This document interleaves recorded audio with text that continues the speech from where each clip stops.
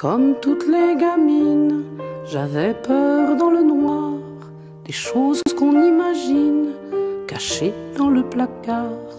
Les monstres de pénombre ne résistaient jamais, quand s'allumait dans l'ombre ma lampe de chevet. En fait, c'est pas vraiment complètement Méliès non plus, mais ça fait effectivement un clin d'œil à cette lune avec son œil fermé. Et l'ampoule électrique.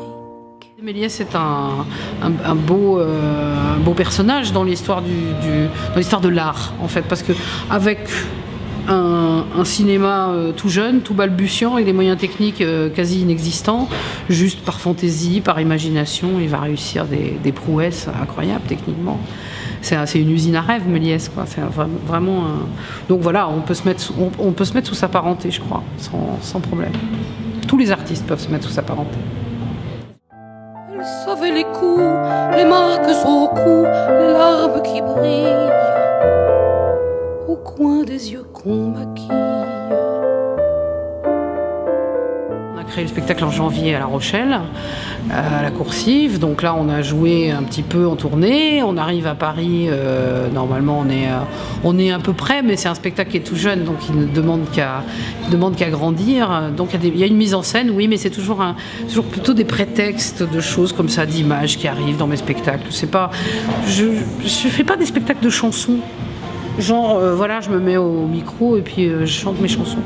J'aime bien qu'elles ne se suffisent pas.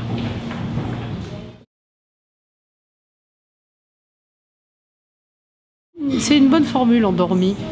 On a été endormis comme on s'endort dans le confort en général, en pensant que ça y est, quoi, c'est bon, les choses sont entendues. Moi, je suis d'une génération, je me souviens, quand l'avortement, je me souviens du manifeste, j'étais petite, mais j'étais jeune, mais je me souviens du manifeste des 343 salopes. Hein. Je me souviens de l'interdiction d'avorter sous peine de prison, et où les risques donc étaient très grands, et des combats des femmes, et des femmes qui descendaient dans la rue, et des féministes qui étaient actives, quoi. Je me souviens de ça, de ces moments-là, et j'avais vraiment l'impression, en plus à partir du moment où Mitterrand est arrivé au pouvoir en 81, on a eu un espèce de vent d'air frais qui est arrivé, où on s'est dit ça y est, plus jamais il y aura une remise en cause de ça, évidemment des lois pour l'avortement. Mais la dépénalisation de l'homosexualité, par exemple, c'était énorme. En 82, ça a été un truc. On risquait la tôle quand même avant. Et donc voilà, je suis de cette génération où on a cru que ça serait pas remis en cause, et on s'aperçoit là, c'est il y a 30 ans. Hein, 30 ans après, il y a encore des gens qui descendent. Il y a l'Espagne qui revient en arrière. Ça fout les jetons un peu. C'est pas très agréable. Je suis pas tout à fait sûr que ça soit pas passager, que ce soit pas des espèces de remugles qui remontent comme ça un petit peu avant de retomber. J'espère, je le pense, très sincèrement. Mais c'est vrai que la vigilance, il faut jamais lâcher, quoi, parce que le sujet est plus complexe que simplement une histoire d'avortement. Là, précisément, en Espagne, les droits des femmes, c'est tout le temps.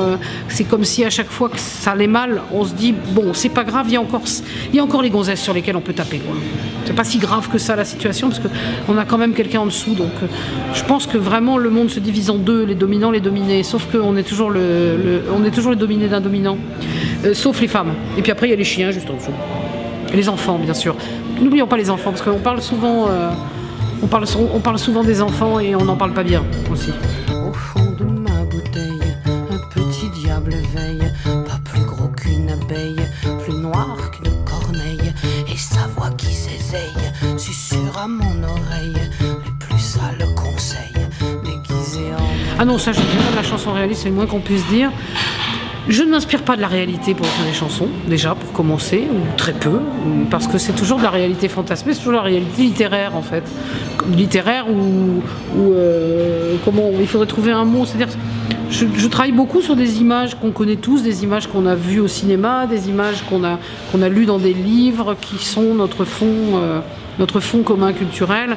Ça m'empêche pas comme ça d'aller prendre des références à la télé d'aujourd'hui ou à la publicité d'aujourd'hui, et puis de marier ça avec Victor Hugo, ça me dérange pas. C'est à ça que ça sert, d'avoir un passé, d'avoir un présent, et puis de regarder vers l'avenir.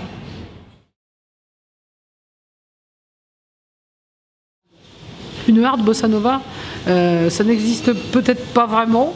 Là, en l'occurrence, pour ce qui me concerne, c'est un mélange entre du hard rock et de la bossa nova d'ascenseur. Et je précise bien d'ascenseur parce que, mon Dieu, j'aime trop la bossa nova, la vraie.